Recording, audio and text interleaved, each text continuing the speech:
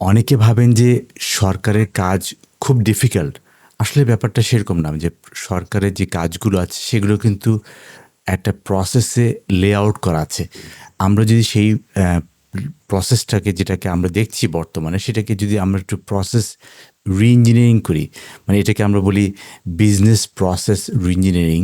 তো business process রি-ইঞ্জিনিয়ারিংয়ে আসলে সবচেয়ে বড় ব্যাপার হচ্ছে যে আজকে যেটা হচ্ছে কি ৫৩ ধাপ। ধরা যাক আমি যেই কাজটা এখন ৫৩ ধাপে করছি সেটাকে কি আমরা ৭ ধাপে বা ৯ ধাপে আনতে পারি কিনা? অফকোর্স আনতে পারি এবং আমার অভিজ্ঞতায় আমি দেখেছি যে শুধুমাত্র একটা ওটিপি, মানে বাংলাদেশে একটা বড় চ্যালেঞ্জ হচ্ছে কি আপনি কি না? তাহলে পৃথিবীতে অনলাইনে এই লোকটা কি না, এটা যদি ঠিকমতো যদি না ফিগার আউট হইতো তাহলে কিভাবে পৃথিবী চলছে? পৃথিবী তো সব কিছুই অনলাইনে। এখন পৃথিবীতে সব ধরনের ট্রানজ্যাকশন, সব ধরনের সার্ভিস কিন্তু অনলাইনে হচ্ছে।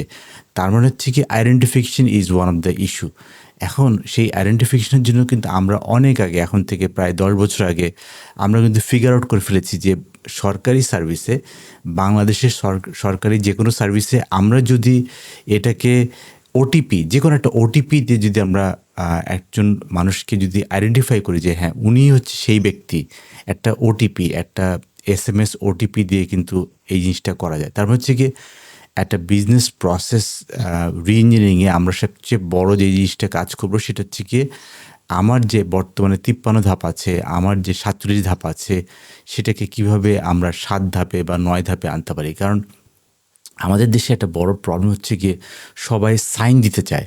সবাই সাইন দিতে চায় কারণ সবার একটা ইম্পর্টেন্স দেখানো একটা কাজ থাকে যে না আমি এই অফিসে ইম্পর্ট্যান্ট, আমার সাইন ছাড়া হবে না। এই আন্ডারস্ট্যান্ডিং থেকে যখন আমরা বের হয়ে যাব তখন কিন্তু এই বিজনেস প্রসেসগুলোকে আমরা ইজি করে ফেলতে পারবো।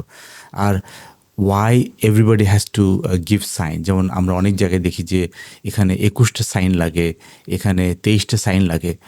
এই সাইনিং অথরিটিগুলোকে যদি আমরা কমায় নিয়ে আসি তাহলে দেখা যাবে যে আমাদের এই ধাপগুলো, মানে আমাদের সরকারের এই ধাপগুলো কিন্তু খুব সহজেই করে আনা সম্ভব। এবং আমরা কিন্তু সরকারে বিশেষ করে আমরা যদি অনেক অনেক জায়গায় কিন্তু সরকার করেছে যে যেখানে আগে ছিল ৫০ ধাপ সেটাকে নিয়ে এসেছে ১৯ ধাপে বা ৭ ধাপে।